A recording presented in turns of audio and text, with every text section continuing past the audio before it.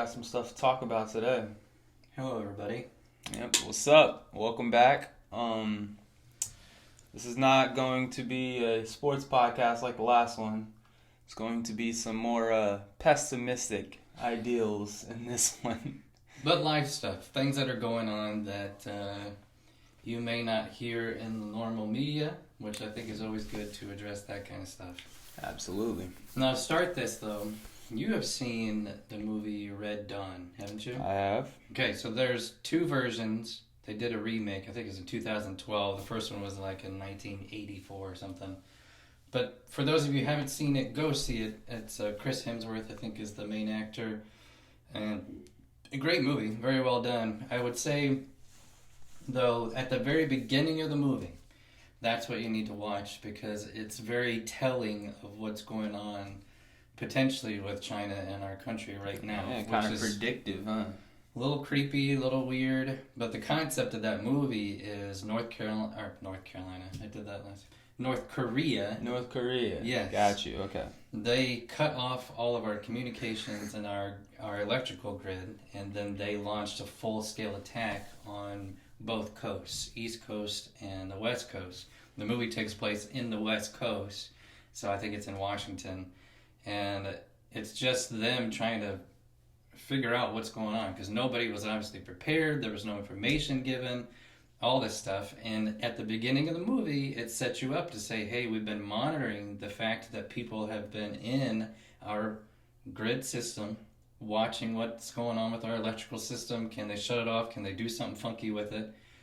And then also communications. So all the cell phone service was completely off in the movie. We've obviously have seen several reports here recently of China pretty much doing the exact same thing. They're in our systems. They're looking at our water supply. They're looking at our electrical system. They're looking at our cell phone service. And we have to think of, as soon as I saw it, I was like, man, how are we going to respond when and if that kind of stuff happens? And from the sounds of it, it doesn't sound like that we're prepared if it does happen. Yep. So yeah, I mean, that takes us into our first topic, talking about China. There's recently been more reporting, which it's not necessarily a new thing. Right. It's just like newly being reported on. More just about these Chinese hackers and how they're infiltrating our systems. So the one I recently watched was basically saying that they are spying and infiltrating our electrical systems and our water systems. So they've been in our systems for at least a year, I think. It was maybe multiple years. Yeah. And they return every 6 months to make sure they're still in our systems. And still get in. And and the thing is, we haven't really found the capabilities yet to be able to kick them out of our systems. That we know of, right. So one of the reports that they saw is that they had spent up to 9 months inside one specific system. Mm-hmm. And that's the water treatment system. In that system, they were searching how the water system would respond in times of crisis or emergency. And so just them hacking our systems, getting the blueprints behind how these systems function, and then seeing how we would react to any type of issues. Like, come on, the writing's on the wall here. Like, what are they planning for? Also, on top of that, recently there's been reports of China recently building barges, kind of like D-Day type barges. You know, the ones that stormed Normandy, they land on the beach.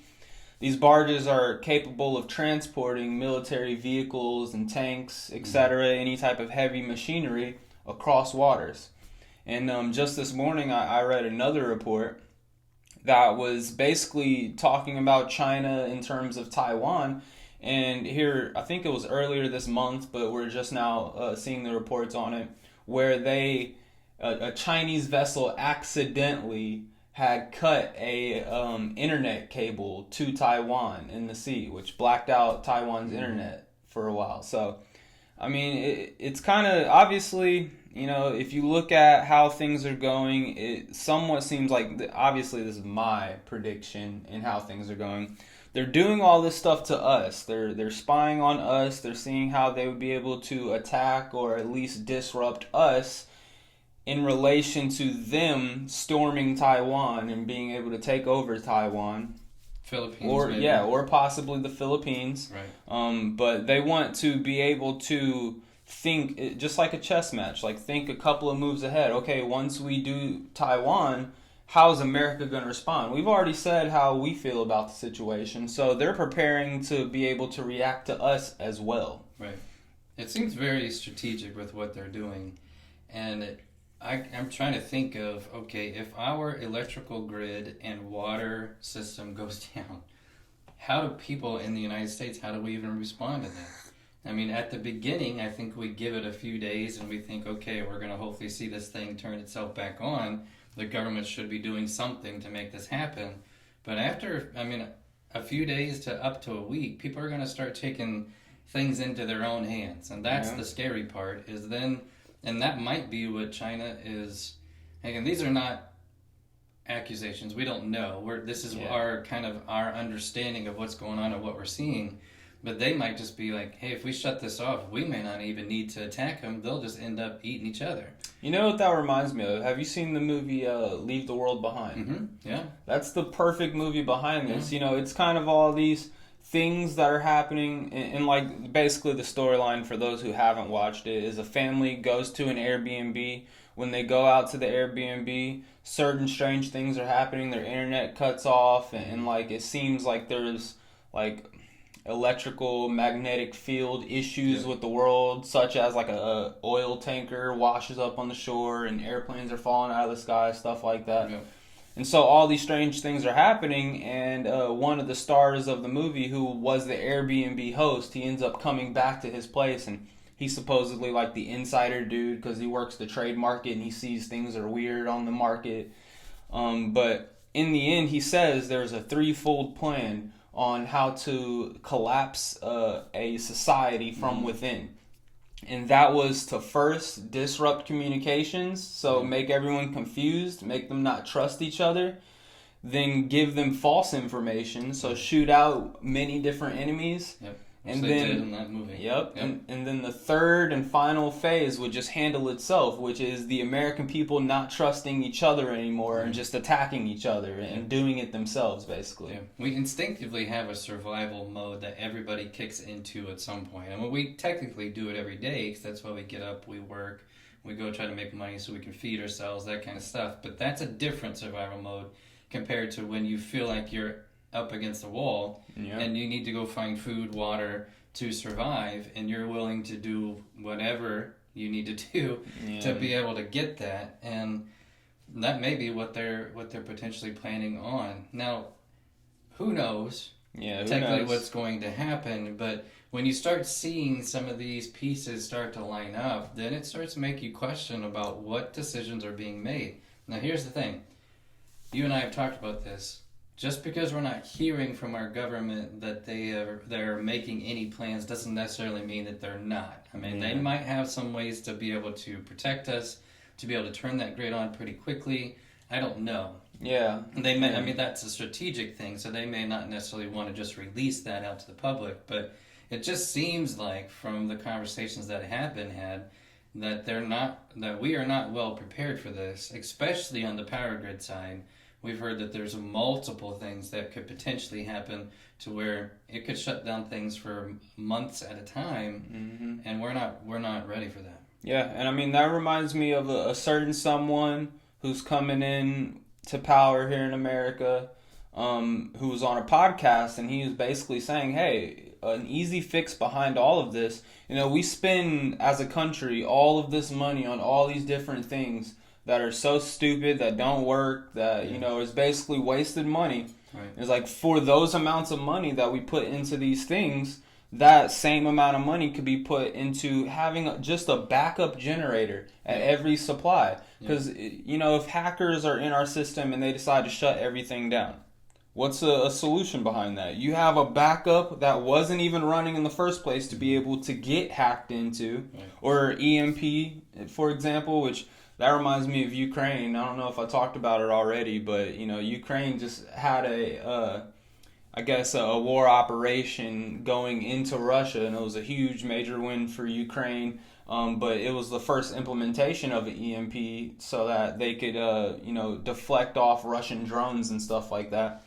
But back to my point, you can have a backup generator sitting just on standby, and whenever these things get shut down, all of that money that you're putting towards these other projects could be refueling these generators that could pop it all straight back up immediately. Or at least hold it steady until they can get the system back up effectively. Yeah.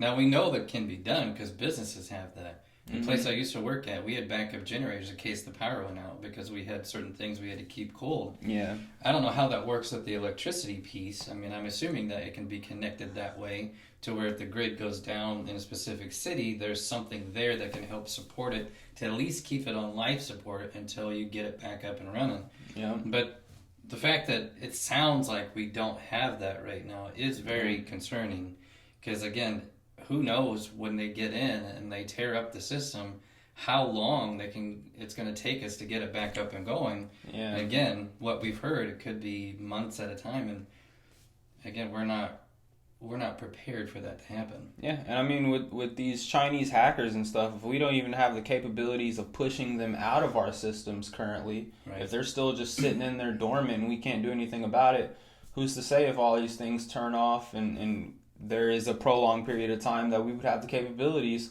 of turning it back on and then making sure it doesn't just get turned off again. Exactly. And, that's just talking electrical grid. Like, what are you going to do for water systems? Yeah. I mean, there's only so much bottled water out there. and once that stuff, like, gets ruined or goes bad or something crisis-worthy happens to all of those things, how do you go back against that? I mean, we have natural mountain waters and stuff like that, but that's the water infiltration plant. Are you going to be able to get it popping up and running and supply enough? We live in Indiana. There's no mountains around us. We could dig up some snow and not get the yellow stuff. Collect the rainwater.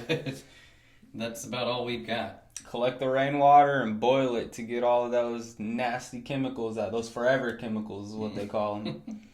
So yeah, man, scary front on China's. And that kind of leads me a little bit into something I don't think a lot of people are following or at least know about. That's happening in South Korea. So in South Korea, as you may know, recently the president in South Korea, whenever they were doing their voting there, had declared martial law. And so this is what legacy media paints the picture as. I'll start with that. This president declared martial law basically, and it was unwarranted. And what they're painting it as they don't necessarily, like, they do admit they don't know why he did it, but the worrying thing behind it that they're worried about, I guess, is that he's pushing the thumb on whatever election process stuff that they're having there, I guess. And whenever he declared martial law, they ruled it that it was unconstitutional because it went to their basically body of legislature, whatever it is, which for him, now they kind of use the same terms. I'm going to try and not use the terms so that we can have a opportunity or a chance at least to get monetized, which we'll see if by the end of the show we do get monetized. But so far, so good. Yeah, so far, so good, maybe. But he belongs to, like, what we would consider here as the repos, right? And then the other, the people he's going against is the demos, right? And so the demos currently hold 200 seats, and then the repos hold 100 seats. Now, they ruled down on his martial law declaration, and explain that a little bit further. So basically they were having elections. Mm-hmm. He said that there was potential for, or there has been in the past, some fraud in the elections. Well, that's not what legacy media is saying. Okay, gotcha. So they're leaving that part out. I'll get to that in a second. Okay. So yeah, legacy media is just saying he declared martial law. We don't know why. There's no reason for you to declare martial law. And then they ruled against it, so it was shut down immediately, within a day. There was no martial law. And then they put arrest warrants out for him for insurrection. That's what they're charging him with. Okay. And for a while, he was boarded up in his home. He had basically barricaded himself into the presidential palace or whatever. And then I think just yesterday, they had finally, broke down all the stuff, went in there and arrested him. And he put out a statement that was like, I decided to go peacefully because I don't want any bloodshed behind this whole thing. So that's what Legacy Media's story is. Now, I watched an interview, and it was like some type of dude that's an insider on South Korea and what's going on there. And basically what he is saying, this is his version of the story. So I don't know which story is correct. Okay, I really don't. I just want to put this other story that's out there because oftentimes people only get one side of things. Right. So what this dude is saying is that South Korea actually has a history of fraudulent voting, of, you know, elections that have been swayed one way or another, and that's currently how they got the demos are the ones that he's accusing of this, and that's how they got the majority of the congressional body to be demos. Yeah. And so the leader of the demos is actually someone who's supposed to be going on trial.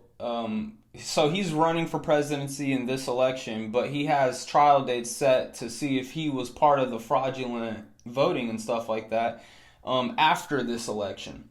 And so if he is ruled to where he was, you know, guilty of this stuff, then he wouldn't be able to run for presidency anymore. And so what they're saying is that he was pushing very hard to be able to win this election.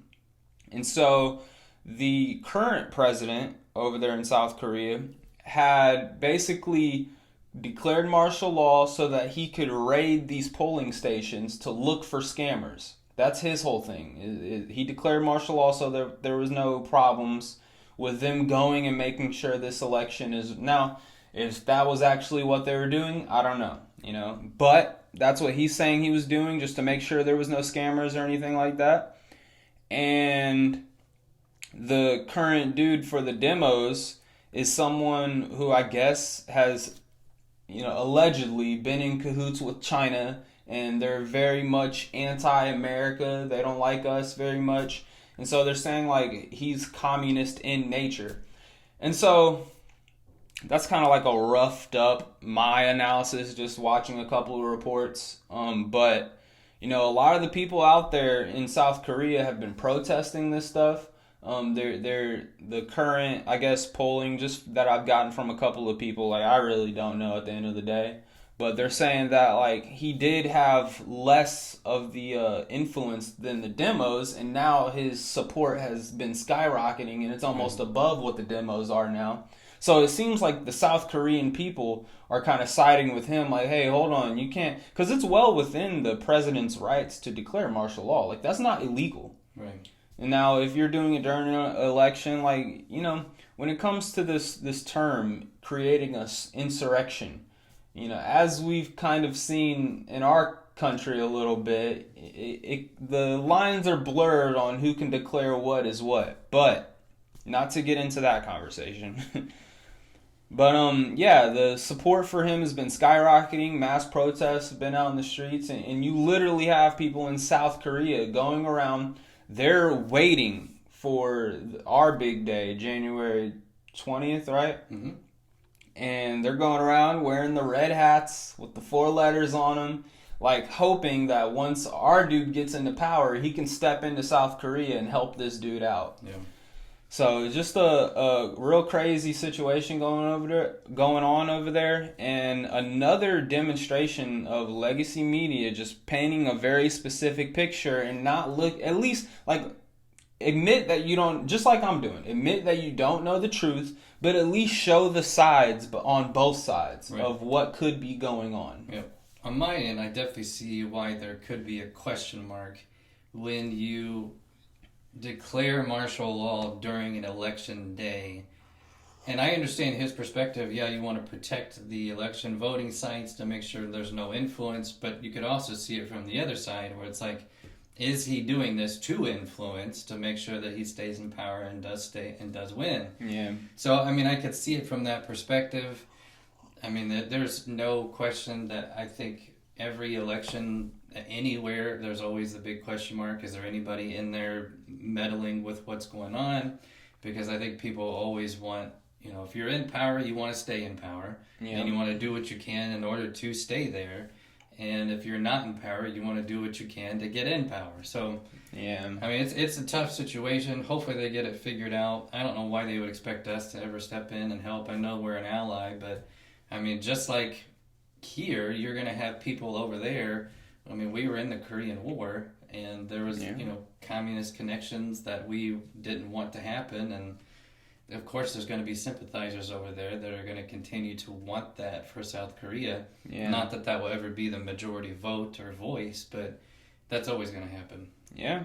I mean, it's just scary that all of this backdoor stuff that could be going on, whether they are trying to sway the polls or whether, the dude that declared martial law is trying to, tighten things up to where it does go in his favor, whatever it is. It's just like, the majority of the citizens that live in South Korea, just like the citizens that would live here, are supposed to have faith in a fair and equal election between whoever they are actually voting for. And when that trust is betrayed, how can anyone have any type of optimism in your country's, heading? So it's a scary situation. If you're done with the South Korea, it brings me to the next point. What's happening in Romania? So, kind of a similar situation here. Romania is also currently in election season, and one of the candidates there that before this whole situation I'm about to talk about happened, he was getting upwards of 30% of the support there. They're in the first round of elections over there. This guy who's getting over 30% of the vote is someone who, in his words, is pro-Romania. So what does he mean by that? Well, people constantly ask him, Romania is part of NATO, and the NATO is currently building one of the largest bases by the Black Sea over there in Romania. And this is a decision that was approved in Romania by their high council or whatever. But this dude is against that. He doesn't want the NATO base built there. He thinks that that's going to bring the war to their doorsteps. And not only with that big ideal, he also has thrown around the idea. I don't think he said one way or another, but he's thrown around the idea of Romania exiting NATO. He doesn't want anything to do with what's going on. He doesn't want to be dragged into a lot of these situations that are happening.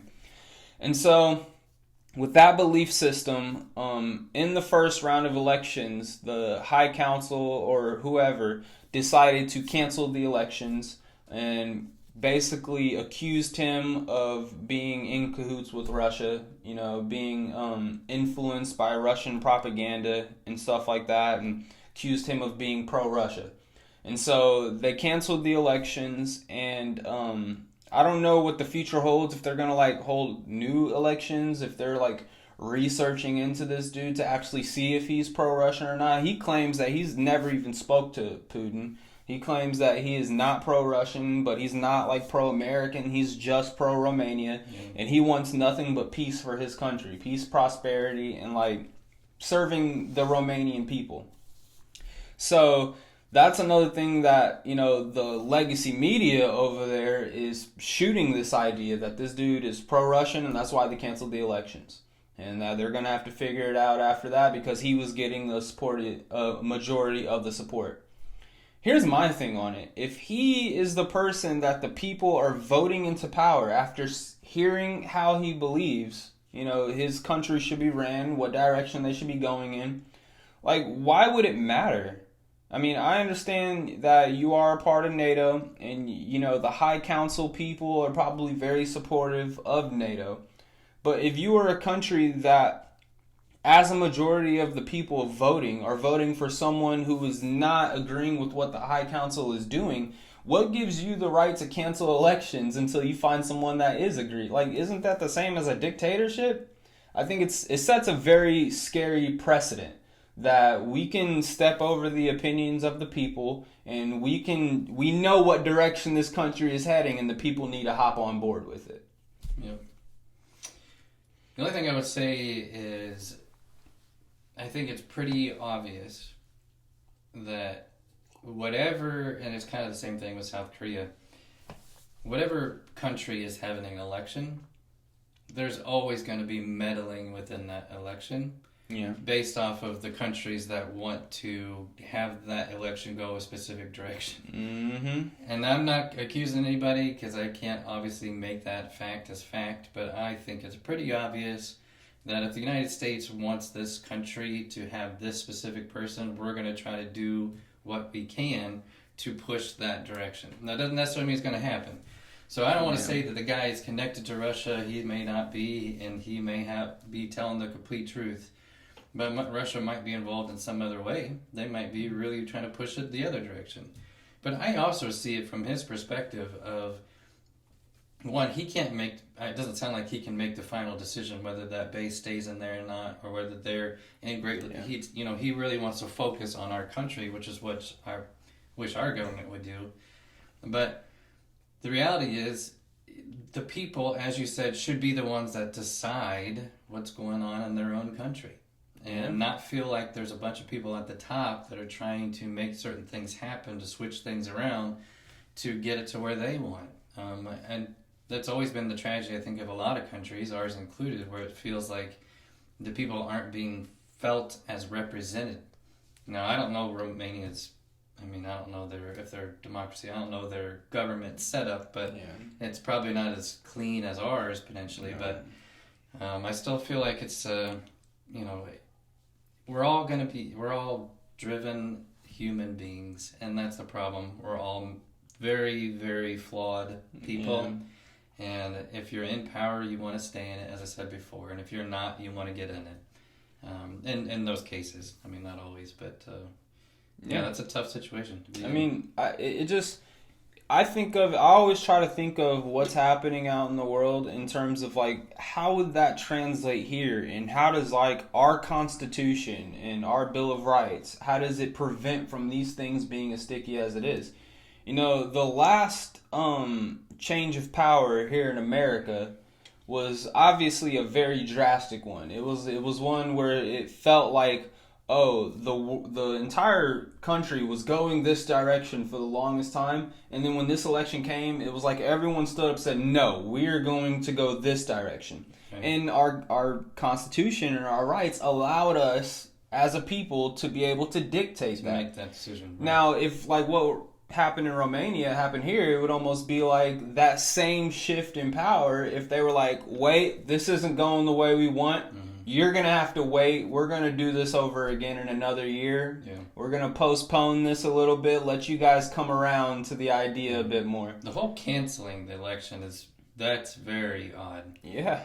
Because again, you could say a lot of different things about a lot of different elections, but let the people decide. If they end up thinking, a specific thing about this individual, then they're not going to vote for him. Yeah, because in this case, it's not necessarily like South Korea and what we just talked about with their election, where they think there's a lot of fraudulent voting. This one's more like, there's a candidate that we think is in cahoots with someone else, so we're going to cancel. Let the people decide if they present all of the evidence to them, and then let them decide if he is in arms with someone they don't want him being in arms with, and then still let them vote. As long as the voting is clean, there's no fraudulent stuff happening there. Yep. They should have the ability to continue that election process over there. So it's just, I think that's another one. It's setting a precedent, and legacy media is not necessarily they're once again going with one side of things, going with the agenda, going with what benefits them, quite frankly. Yeah. And I think people need to hear both sides of this thing, and that's the side that I just expressed behind it. Just the high counts. The NATO base, I think, is the biggest thing in that ordeal, and that's what. It's understandable too. Allegedly, right? This is just me talking here. I haven't done any research, but I think that it could possibly be America putting its thumb over there in Romania on how this election's going, because we would want a giant NATO base. This NATO base can house over 10,000 people or something like that, and it's over by the Black Sea, which gives us a great strategical advantage when it comes to the Ukrainian-Russian war.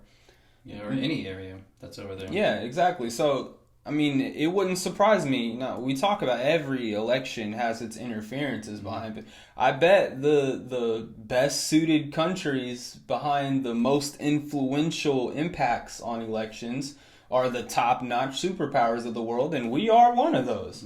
And there's been stuff that have come out with us influencing elections before. Like, this wouldn't be the first time. Right. So yeah, I mean, just like South Korea, thousands and thousands of people are out protesting over in Romania. Like, the people are trying to speak. It's just, are they being heard? Who knows? Yep. But kind of a scary situation going on over there. Makes you wonder if they could. I don't know the answer to this. Could our government ever cancel the election? Could they just say, "Hey, we're just not going to have it because we're concerned about X, Y, Z," and then we're going to have it next year? I mean, as a people, what are we going to do? Okay, I mean, that's what are we going to do? That's what I'm talking about with these precedents that they're setting. Yeah. So you look in South Korea. What are they claiming that the president did? Insurrection. Right. We've kind of seen that here. It didn't, not much came from it, but we saw that a little bit here. Yeah. And then what's happening over canceled election as a whole? I don't think we've ever seen that in our history, but if it sets the precedent, we did, the big man who's about to be in power once again, there was a lot of talk the first time around of him being in cahoots with Russia. Same story. Now, we didn't cancel the election behind it, but the thing is, even if it doesn't cancel the election, if legacy media is taking that and running with it, and at the time, which I don't know if it's still the case today, but at the time, they were the primary source of information gathering here in this country from ordinary people. And so, you may not have to cancel the election if it's going to significantly sway the polls. So who knows, man? Who knows? That gets me into our last point about Iran, which before that, so some news. Quick updates. So we thought this was good news at the time. So there is a possible ceasefire agreement in Israel between Israel and Hamas that has been presented. It seemed like both sides are pretty much on the same page.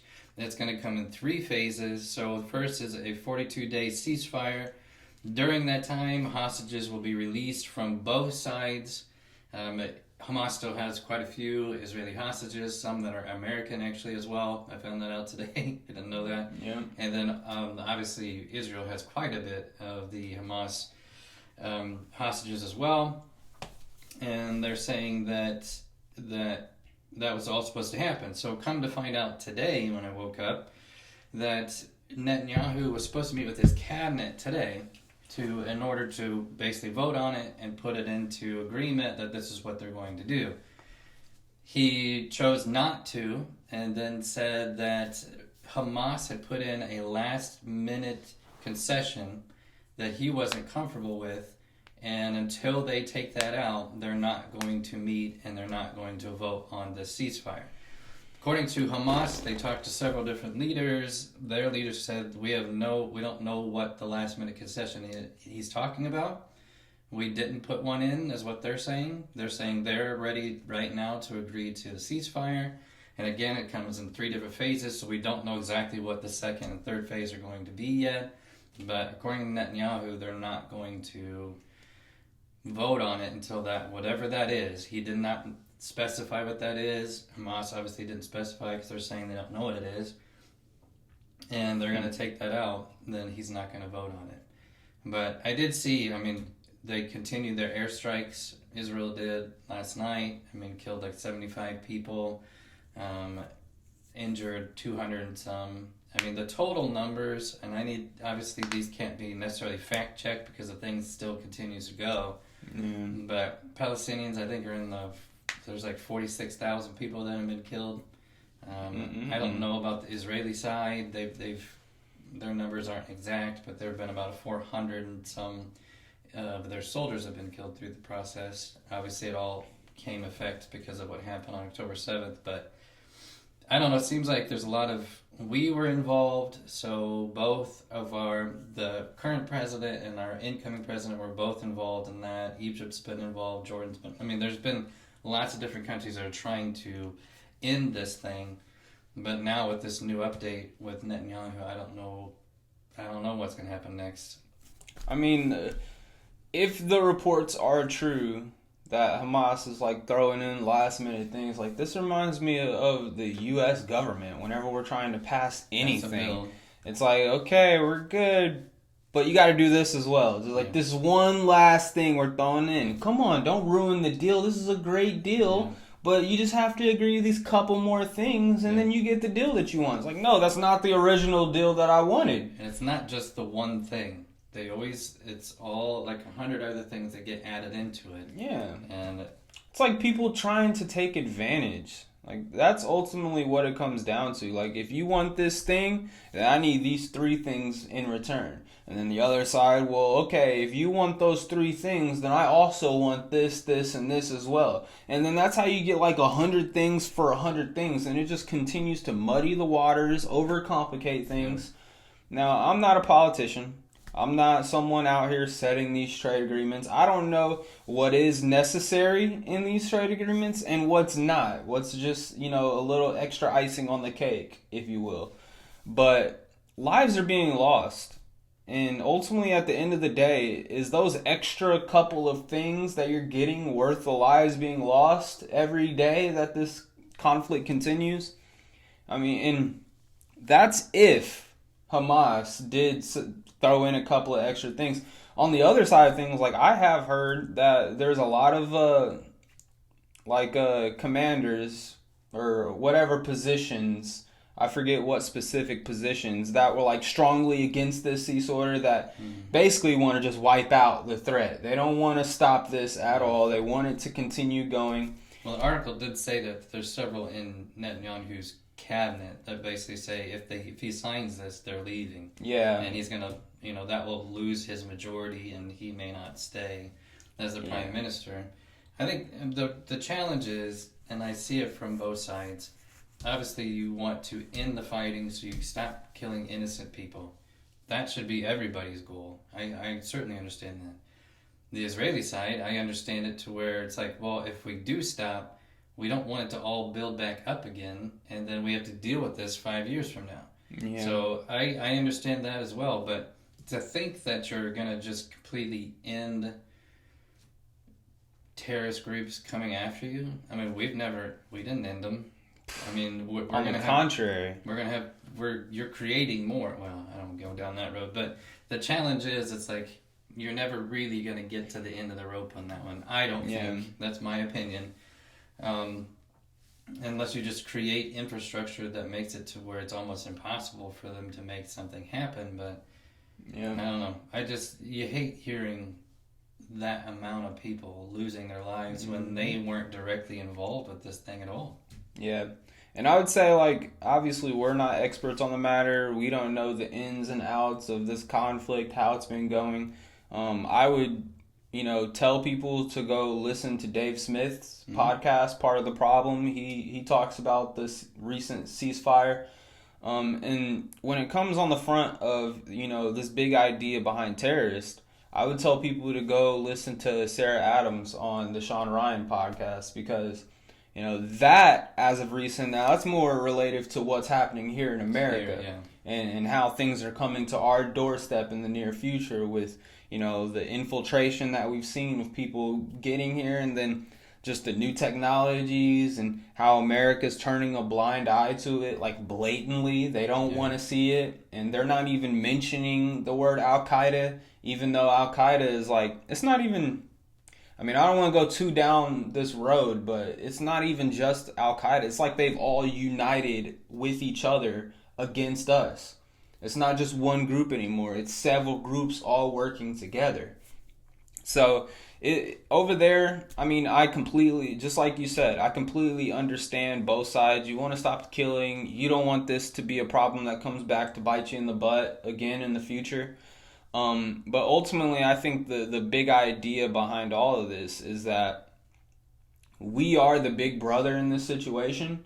We are the ones, like I said, go listen to Dave Smith talk about this. What one of the things he talks about is just without mentioning names, it's very convenient that it's supposedly about to come to an end right now. Right. And what influential powers are in play here, and then those influential powers, like, just the idea of, are they being taken seriously by Israel to stop these things? Right. Obviously in the past, not so much. Here of recent, they're like, okay, maybe we should come to an end with this. Right.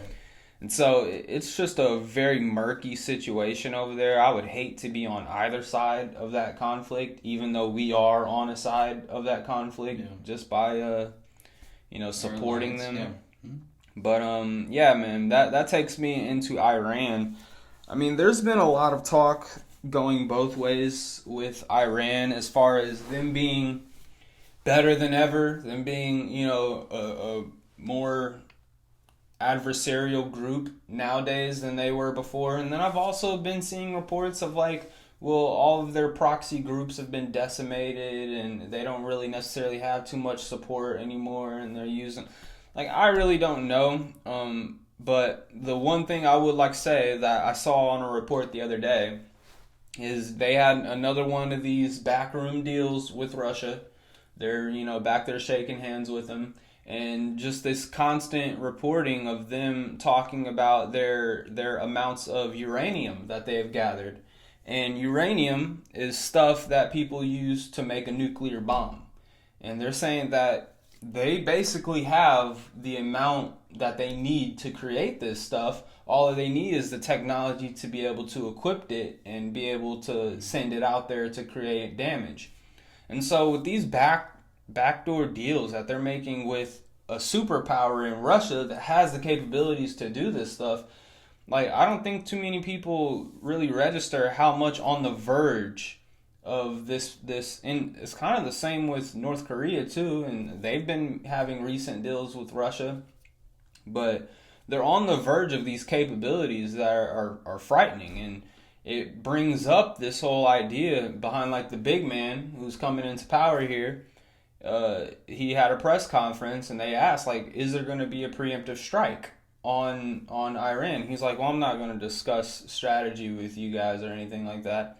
But I think that's something that would have to happen if they're on the verge of getting, because if there's anyone in this world, in my opinion, that's going to press the button, it's going to be Iran. It's going to, because they're not like China and like Russia. They're not like I'm not going to say they're logical countries either, but they're working in reality terms. And I'm not saying Iran not necessarily is, but they have another factor involved of religion and their religious ideals against Israel that has been big brothering them for the longest time. So I don't want to say that they would do it. I would hope that they have enough senses to know, like, that is not the answer to be able to, I guess their end goal would be to create Sharia law everywhere. There's not going to be a Sharia law if there's no people left on this earth. And that's one of the things that the second that button gets pushed, that's the end of the world, in my opinion. I don't think no one survives that, because it's just going to, even if the country that's doing it to another country or whatever, if it ends there between them, it's going to create a cascade effect and a precedent that this is how you can resolve conflicts. If they were willing to do it to this country, another country would see that and say, why wouldn't they be willing to do it again to someone else? Like, we got to preemptively strike them before they do it to us. It's going to create a domino effect that's going to end the world. So, yeah, that's just scary news that they're back here making deals with Russia. And with that fact in mind, that over here, they are right on the verge of being nuclear capable. Well, we've seen in the past that anytime that Israel has felt threatened, or that Iran is getting too far into the process, they've launched undercover attacks. They've sent planes over to blow things up that they feel like are, potentially going to be a threat to them. My challenge with that is, how many fronts are they going to have to fight? Because, they were fighting in Lebanon, they're in Palestine, they're doing stuff in Syria. Yeah. Now, I know they're keeping a good eye out on what's going on with Iran, because they always have to. because I feel like, I mean, they've said it. Ayatollah basically said that they want to wipe Israel off the face of the earth and never be seen again. So, but we've always been a partner of theirs. We've given them what they need and have supported them. So I would imagine that we have some involvement with watching what they're doing as well. And I think they're going to take the next step to potentially make sure that whatever they're trying to do, they're going to make sure it doesn't happen. Yeah, I mean, that's what you would hope. Yeah. But once again, we're falling on this idea that we're pretty smart, like as a country. I'm pretty sure all of the 3-letter agencies out there are super intelligent men and women that are very capable of figuring these things out. Yet, like, you have that same trust in stuff that's like, this is a little off topic, but like over in California with these wildfires, you have that same trust that our public officials and our firefighters and all the people who can make the wise preemptive decisions to be able to contain this mess are doing that. And then a fire breaks out and you figure out that all the reservoirs are empty. It's like, what? Yep. What? I thought that was something simple. Like, I could figure out that you need to build up water during dry season to be able to combat fire, right? I can do that. Well, the challenge you have with the majority of people are like this, majority of governments are like this, is we're all very reactive people. I've said that in a previous podcast, but we're very reactive. We're not proactive to prevent things from happening. So whenever something happens, then it's like, oh, okay, we got to do all these different things. And we put it in play to hopefully be proactive in the future. 9/11 is a great example. They had all these things happen with airlines, and then they had to make all these adjustments within airports to make sure that, hey, we're monitoring every person that's walking in with what they have. But again, it took a major disaster for that to happen. And you hope, California as an example, you hope that they're going to be now proactive, and after they somehow get this thing under control and nix all these fires, that they're going to have things in place to where that doesn't happen again. But, I mean, it's continued to happen, so maybe that's not the case, but you hope so. If you're talking about being reactive, like, I think the Palisade fires and the 5 other fires that have broke out over there are a good example of what happens when you're just being reactive. Like, is it too late? For a lot of people there, it is. I mean, there's a lot of people there that had to evacuate, their house burned down, and now they're leaving California. Like, there is no next time for them. I'm not going to wait to trust in their ability to figure it out for next time. I'm going somewhere else. Right. And so, like, there is a certain point where, okay, you learn from your mistakes and then you rebound better after. But there's a certain point, and it's sad to say, in a lot of situations, the reactive aspect behind it results in lost lives. And that's something you can never take back. Right. Like that, there is no next time in that scenario. Yeah. And so it has to be preemptive to a certain degree. And yeah, like you said, a lot of what we've seen just through our history is reactive. And that's not necessarily, that's not going to fly forever, because there might be a time that comes, for example, what's happening in Iran and the development of the nuclear button, where the reactive stage is just too late. There's no more opportunity from learning from your mistakes. Because once that happens, we're done. It happens. The whole world changes again, and a few thousand people survive in a cave somewhere, and then they begin repopulating the earth and going back to walking on all fours once again. There's no more computers. There's no more rocket ships going to the moon. No more microwaves for fast and easy meals. I just want to go out. I don't want to try to live in that world. That stuff. No, you don't. No interest. I'll be one that just I'll go out with a bomb. That's fine. Yeah, I mean, what would you even do for food? All the animals on the surface would be, I guess, mutated from the nuclear. Let's not go down that road. It'd be rough for sure.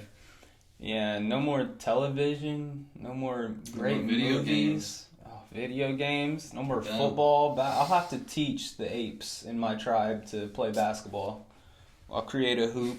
We'll find some rubber somewhere and form it into a basketball, air it up with our mouths, blow into it. I think we could get a good team going. Yeah. That'd be rough. That would be rough. Yeah, I don't think I want to live there either, man. A nuclear done, catastrophe would be not something you'd want to live through. Now, something like an invasion from China, just EMPs and stuff, I think I'd try to survive.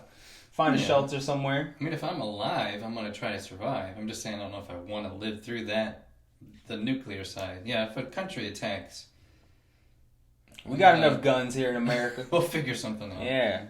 At least we'll try to take my land. Just like Red Dawn. Yeah. That's what they tried to do. The people will stand up. up. Wolverines got together and they started making some chaos. I think there's enough people out there that have like the freaking gun cases, and there's a lot of rich people, I'm sure, that own ranches that are like self-sufficient. Like, I think there's a strong amount of people, I don't know if we'd be involved in that, but there's a strong amount of people in America that'd be able to survive something like that. Like they've been prepping for a day like that coming up. Yeah. I think we'd be able to fight back. Yep. And when it's the same thing as other wars. When you know your land better than the people that are coming to it, you always have that advantage. Yeah. Now, we don't know Canada too much. We're yet. About to buy them. About to be the 51st state. Them in Greenland. Yeah. I didn't keep Canada. I don't want it. We're going to go out on vacation in Greenland when it becomes part of the United States. I'd go visit. Yeah. It's a very small area that you can actually visit and live on. I think 75% of it's ice. Yeah. So I wonder what the people are like out there. Probably very relaxed. Real but they're very chill. Thick fishers. You think they're chill? Yeah, I bet. They're probably very calm lives. Don't have much going on. Yeah. I bet they're hard people. Like, just have to work hard, yeah. Yeah, they're just people who have no time for bullshit. Like, I don't care about any of your agenda stuff. I got what I got to do today. If you ain't involved with that, leave me the fuck alone. Yeah, it'd be nice to visit. We need to go somewhere, man. Go to some remote island somewhere. That's just see how those people live out there. Yeah. Sometime. All right. Well, is that all we got for this very optimistic podcast today? That's it. Yeah. Yep. All right. I hope some of you that watched this video learned something today. Go do your research. Do not take any of this at face value of us who are not researchers. We're not journalists. We're not people who are on the front lines actually just making sure. These are just information that comes across our screens, and then we put it on this screen. So go do your own research for the truth, or at least what you believe to be the truth. Always remember that 100% truth is only what you are experiencing and what you are observing in the moment. So don't let the weight of the world fall onto your shoulders. That's all the advice I got for this podcast. You got anything? No. That sounds good. Yeah, good way to wrap it up. All right. If you enjoyed this content, please give us a like. Comment what you thought about anything we discussed today. Maybe we're wrong. Tell us we're wrong. If you think that something more specific was interesting, then let us know. We want to hear from you. Go ahead and share this with anyone who may be interested in these type of topics, but don't necessarily go out and do the research to figure out all sides of these things. And then finally, give us a sub so we can build up our channel. We are going to keep chugging along to try and progress this channel to being big. Sounds good. All right. That's all I got. I'll catch y'all later, man.